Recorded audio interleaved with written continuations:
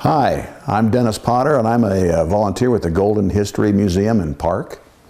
And I was asked to put together a short story on the immigration of cattle into Golden in the early 19th century. And we are doing that from inside the 1876 schoolhouse, which is on the grounds of the Golden History Park.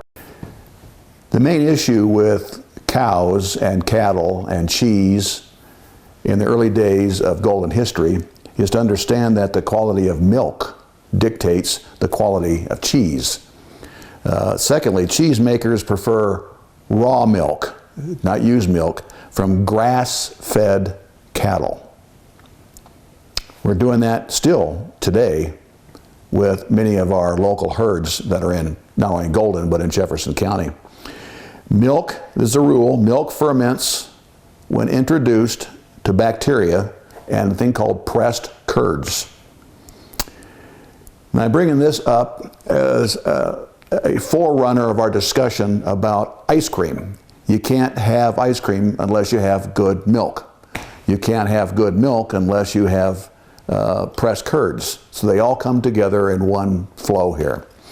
The English dairy cheese is one of the earliest cheese that we see in Golden. It's called English dairy. And it is a cheddar cheese. There's of all the brands of cheeses you can find, it's cheddar cheese. And was first introduced to Golden in 1864 by one of Golden's most noted citizens, William Loveland. William Loveland brought the cheese in by bringing the cows in. By bringing the cows in, they bring in the milk. And that becomes one unit. The English-made cheese, which Loveland liked, was that English-made cheese could be preserved forever. I mean, it had a bacteria, and it didn't need refrigeration. And in 1864, when he brought the cattle in, there was no refrigeration. So this English cheese became the sort. Where did the cheese come from to get to Golden after Loveland purchased the cheese or got the cheese and the cows delivered to Golden? He didn't. There was too many cows. The cows are actually located in a place called the Henderson Ranch. For Golden, cattle was kept on the Henderson Ranch. His name was Colonel Jack Henderson. No one really knows how he got his colonel part, but today he is or marks the location of the Adams County Fairgrounds. So if you go to the Adams County Fairgrounds on the South Platte River, just northeast of current-day Denver, was originally Henderson's Ranch. And it was called Henderson's Ranch for a lot of years. And as a matter of fact, in the first days of history in Golden and in Jefferson County, Henderson was part of Golden City, as the census of the time showed Henderson Island as a post for immigration in Colorado, and in Golden was the Henderson's Ranch. Henderson Ranch was a big, huge ranch, which is now an Adams County fairground location, that brought in beef from all over Kansas and into Nebraska, and they would store them at the ranch house until somebody would come out and buy the cow. Before that, the only way you can get cattle through to Golden was to take them overland from Kansas to Omaha, Nebraska, through Wyoming, and then through California, which took a long time. There was his name was Dr. King, and I'm going to share this with you. He came up with the grazing rules for large herds. If you were going to charge them at $400 a month. So in about 1860, the going price for one cow was $4. But you got to get the cow from Henderson's Ranch through Golden, over the prairie past Wyoming, and into California. You had to do that. Grass dries up early. The rule is the grass dries up earliest in July and August, and is nutritious for cattle to thrive. So that's the best time to bring your cattle in, is July and August. The snows of the Winger Ranch, and we're going to talk about the Winger Ranch here in a minute, are never long enough to produce serious problems. We don't have we have a different type of a cow here that grazes on different types of grass. Large herds from the immense cattle trains that traversed the plains, and picture this in 1859, 1860, extended up the South Platte and also down to the Arkansas River, because Henderson realized he couldn't store all the cattle all in one place. So he negotiated cattle herds to be stored down by where current day Pueblo, Colorado is. Now then Loveland would actually go down to the cattle herds in Pueblo, pick out the cows he wants and have them pulled back by what they called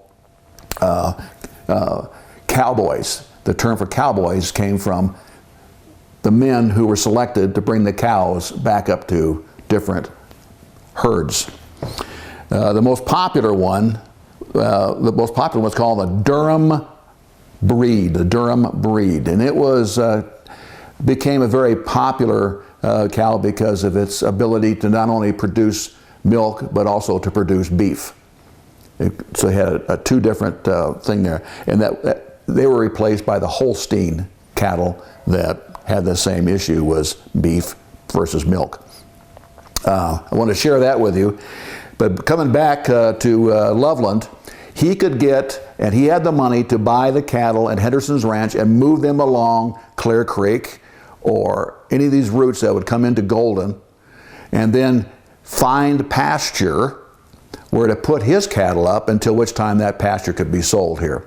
And the first place to go to was called the Winter Ranch. The Winter Ranch. Now there was two of them. There was a Winter Ranch, W-I-N-T-E-R Ranch, up by Loveland. There's also a Winter Ranch in Golden. Now if you look at old pictures of Golden, you'll see where the Clear Creek stops, and up above north side of Golden, you see that is where the herds were kept. So they were kept between the old Golden Gate City and Golden. In between them was the herds. And the herds were taken care of by a guy named Edward McElhaney. He was an interesting guy because, picture the date here, 1859, 1860, 1861. He's got a ranch in called the Winter Ranch. And by doing so, he is holding 125 tons of well-cured hay. He advertised it. He cuts the hay. The Lovelands bring the cows in who eat the hay, and then everybody gets fed and things the way it's supposed to be. Unless you're at war. Now what happened, McElhaney was a Confederate. He was out of Missouri. And what was happening in the first cattle herds was that the Union Army, run by basically George West, who was another citizen here in Golden, were confiscating his cows. And the Pueblo herds, we just talked about the Pueblo herds. The Pueblo herds were being damaged in the same way that Confederates were leaving the high ground around Pueblo, sneaking down into the grazelands around Pueblo and stealing their cattle down there. So they're being stolen on the Union side and stolen on the Confederate side. So McElhaney had to figure out whether he was going to stay, fight, or what he was going to do. So at the end, an interesting interlude evolved when he gets elected sheriff of Jefferson County. So you've got a sheriff who's also a Confederate rancher having 300 to 400 to 500 head of cattle that the Union wants in the worst way to fight the war. So you can see the predicament that we had initially with cattle and how they were going to be distributed, who was going to eat them, who was going to serve them, who was going to whatever. I read to you an advertisement from the Winter Ranch, written specifically by Edward Washington McElhaney. He says, "Stock will be received at our ranch on the north side of Clear Creek, 1.5 miles below Arapahoe." Now, Arapahoe means 44th and McIntyre, the old Arapahoe City. And also at the McElhaney Ranch between Golden City and Golden Gate. So he had 3 or 4 different places to store his cattle. And it's interesting, he said, "We are personally responsible for all stock entrusted to our care." That was a caveat from the Union side saying, you're not going to kill your cows and send the beef and so forth off to the Confederacy. If you do, we're going to hold you personally responsible for it. To guide the cattle from Henderson to Golden, you had to take what they called the immigrant register. It was an immigrant register. In 1853, so this was about six years before Golden was even here, the pioneers are setting up an immigration trail going around Golden, going around Fort Collins, ending up into Wyoming, going down to Salt Lake City and into California. That was called the immigrant register. And at one time, there was 106,000 head of cattle between Fort Kearny and pretty much Cheyenne, Wyoming. They moved them west in June and August to the South Platte River Road, which still exists. And at that point, they sold the best cows to meat or for grazing.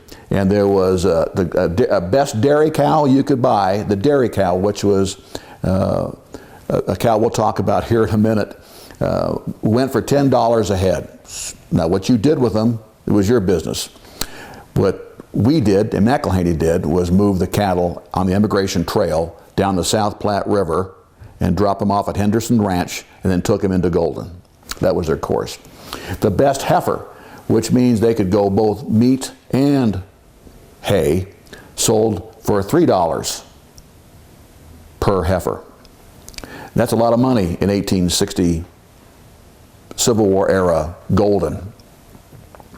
A guy named Colonel Jack Henderson's Island, long name, was Henderson was a part of Jefferson County. The actual land was part of Jefferson County. It didn't go away and be absorbed by Adams County until about 1862 or 1863. But he ran what they call the cow corral. That's what they call them, the cow corral. He had the biggest one. And Loveland is the one that went in business with Jack Henderson. So if you drive up through Commerce City someday or into Adams County, look at the street signs and you'll see them. A lot of them will say Henderson this or Henderson that. And what those mean is that is from Jack Henderson and his cattle herd. If you want to see the actual epicenter of the Henderson Ranch herd, just step into the actual Adams County fairground. That was Henderson's property. Secondary herds, if Henderson couldn't take them, and if Loveland did not have a place to take them, they were the two main pushers here, then what they did was they wintered the cattle on the Arkansas River just east of Pueblo. And then as soon as the July, remember the immigration policy we had, as soon as the July tabletop occurred, then independent cowboys, and we got that name cowboys, would take those independent registered cattle and they would move them up to Golden, and they would herd them up here in Winter Park for the general purchaser of livestock, whatever it may be, beef, or if you're into whatever, that's how that line would take place. Okay, going back to the first dairymen of Golden, let's go through a few names here and just briefly go through their purpose of being here and what they sold and what they bought and how they moved cattle here at Golden. We already talked about the Winter Ranch. That was 1859, which is the beginning of Golden anyway, so I would give them license to say that they are the original dairymen, was the four that ran the ranch just north of Golden here in 1859. From that point, there are some other ones that we could say 1 or 2 years difference, but they're all pretty good. David Murphy cows, I'm going to give number 2, David Murphy cows. Now, David Murphy turned out to be one of Jefferson County's most prolific coal miner. And Murphy had his coal mines up on what is currently today Highway 72, going towards Coal Creek Canyon. Up on the left on the bluff, you can still see the scars of Murphy's coal mines. Well, he also had all that open space, which is still existent today. All that open, and so he raised cattle. He brings in 6 cows every month to distribute to cheesemakers who can make 4 tons of cheese for every cow. He's very prolific. That's the Murphy cheese. And the Murphy cow herds and the Murphy beef herds. He just takes it from up there. His primary job, though, however, stayed with coal. There was more money into coal. Alfred Hurst is another one. He showed up with this herd in 1874, so he's coming along. It's about 10 years now before Loveland, after Loveland already did his cows.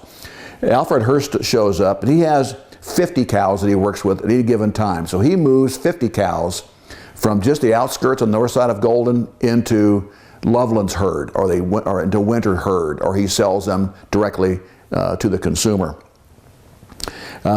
He is the first guy to feed sour milk to his pigs, thinking that the sour milk had some redemptive value of increasing the size and the breadth of the cows, was give them sour milk. But he called it, he made his beef from blooded pig sweet milk. Now what that is, I don't know, but that's what he used to fatten up his cattle, was sweet milk. William A. Crocker is next, 1871. Edward Geary is after him, 1874. There's now a surge of wholesale cattle coming in. H.H. Stebbins in 1879. And Murphy. I want to bring your attention to 3 or 4 other known dairymen who made an impact on Golden's history. The first one is Charles Trenchard, who in 1870 opened up his own corral and business where the Jarvis Hall today now sits. And he became noted as a herder for sheep and cattle. The first one. Second beyond that was Robert Niver, N-I-V-E-R. He worked for Murphy in the Murphy Coal Creek mine. Born in Columbia, New York. And as I was looking into these different dairymen, I learned that a lot of them came from the inner European nations, Ireland, England, Netherlands, those places, including Niver.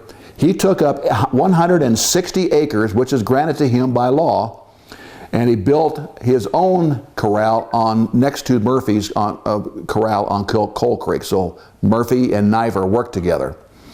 The last one here is Joseph White, W-I-G-H-T, and I bring him up because he was born in Ohio in 1832, and by the time he reaches here, you're talking about 35, 40 years of age. He's going to have to commit to some of the hardest jobs you can get as being a cattleman.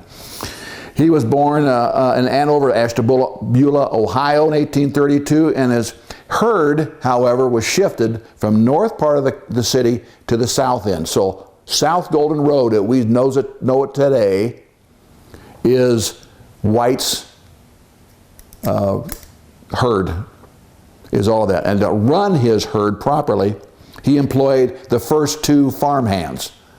And they were John and Charles Peters, 2 brothers, who then would later become very infamous in Denver in 1959. They operated a total of 19 different dairies in Denver, these 2 workers for Joseph White. Okay. Now, stepping right along, we want to talk about ice cream. And I told you before, you can't have ice cream unless you have cows. You can't have cows unless you have the cheese or whatever. They all kind of fit together. And ice cream is not a new science. It's an ancient science, usually in the Middle East, that made ice cream. So ice cream is brought to Golden via the Henderson herds, the cowboy herds out of Pueblo. They've got the milk. They've got the makings of ice cream, but they got to do it themselves, and they have to sell it. They have to sell it. Well, the first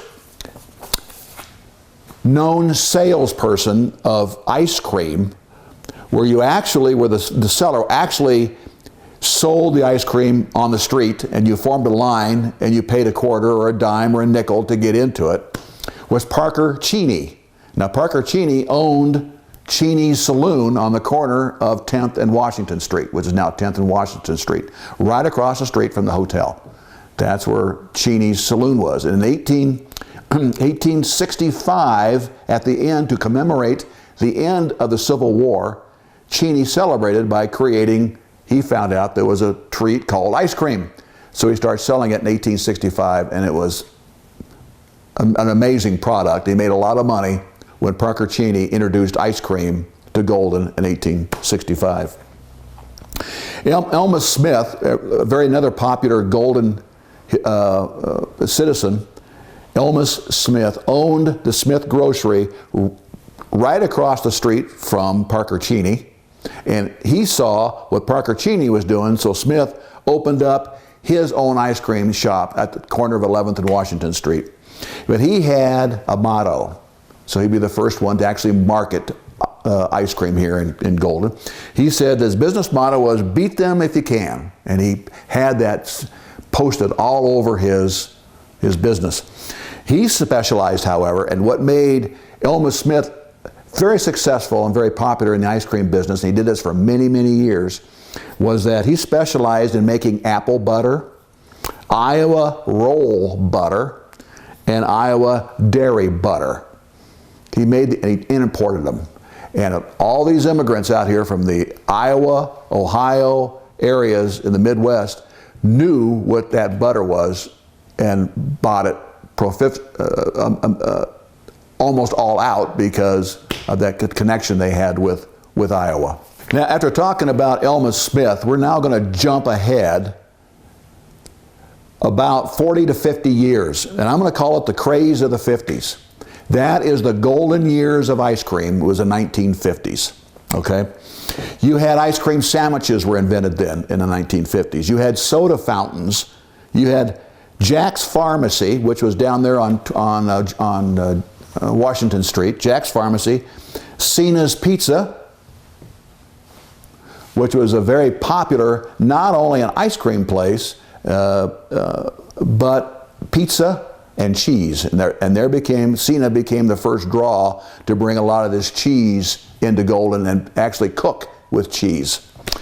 Mozzarella cheese became popular that they couldn't even keep it in stock. So you had other pizza places coming in, including Cena's Pizza, because of the demand for mozzarella cheese. That's the first time you saw that was in the 1950s. Jack's Pharmacy was a pharmacy right on the corner, all myself included, but boys would go into to the store and buy books and buy things called Lime Rickeys and Hollywood Cokes. We would work to gain a quarter in order to buy some confectionery from Jack. That's where he came in, and he was very, very popular. So Jack's Pharmacy. Soda fountains were in Hested's at the corner of 13th and Washington Street, right across the street from the Starbucks, today's Starbucks.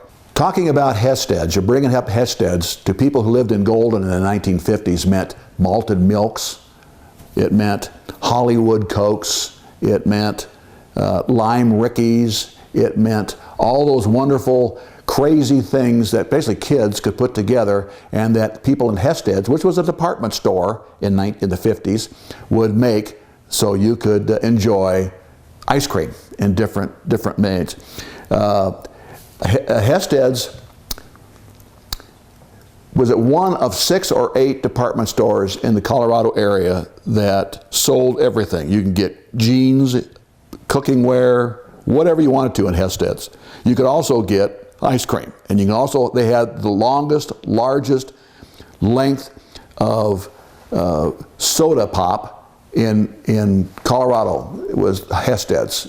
If you want to have a lot of Coke with heavy on different flavors like caramel and cherry and that sort of things, you go to Hested's. Right across the street from Hested's is Foss Drug, and we can't leave them out because up on the second floor was an amazing malt shop that Heine Foss came up with during the days, during the 50s. The last issue I want to bring up with you is the development of cow herds, again, throughout the county and throughout the region, became a popular business for a lot of people in the 50s and the 60s. In 1954, Adolph Coors III purchased his own herd. And he purchased it to house 22 head of black Angus steers at a place called Willow Springs, which is about 5 miles south of Morrison, on the road that goes up in the Mount Turkey Creek Canyon. He had 480 acres. He bought 480 acres. This is the chairman of the Coors Brewery, bought 480 acres. They call it the Angus herds of, Black Angus herds of Jefferson County, the Black Angus Ranch, is what Coors called it. When in 1873, Angus immigrated to Colorado from herds grazed in Kansas. This actual cow was a Kansas-derived product that was very popular, and Adolph Coors III and his partner, who named William Hosler from Del Norte, Colorado, took these cattle and was going to make them into both beef and milk Angus there at Willow Springs. Today it's you can call it Willowbrook, you can call it Willow Springs, but that's where the ranch was located. 2 years after Coors starts his business is when he is involved as a murder victim within a mile or two from his ranch. And as a matter of fact, that particular morning that he drove off and drove into an ambush by his assassin, Bill Hosler was the last person who waved him goodbye, and Bill Hosler said, "The one thing I have to regret in my time is I was the last person to see Adolph Coors III alive." Hosler took care of the herd after the assassination of Adolph Coors III, and in the next 2 years, he won the Bell Ringer Award at the 1960 Denver Livestock Exchange. The story we've told today about cattle and beef and cheese and ice cream and all those wonderful things come from our ranchers. They come from the herds that at one time were actually brought in and out of Golden on Washington Avenue. Hundreds of cattle were moved that way. And Golden and Jefferson County also maintained a cattlemen's association here that specialized just in the care and the maintenance and the sale of cattle. Cattle became a major business and political issue in Jefferson County and Golden history because of its value that began way back when on Henderson's Island, when they were negotiating which cows were going to go where and who was going to get the meat and who was not going to get the meat. So with that, thank you.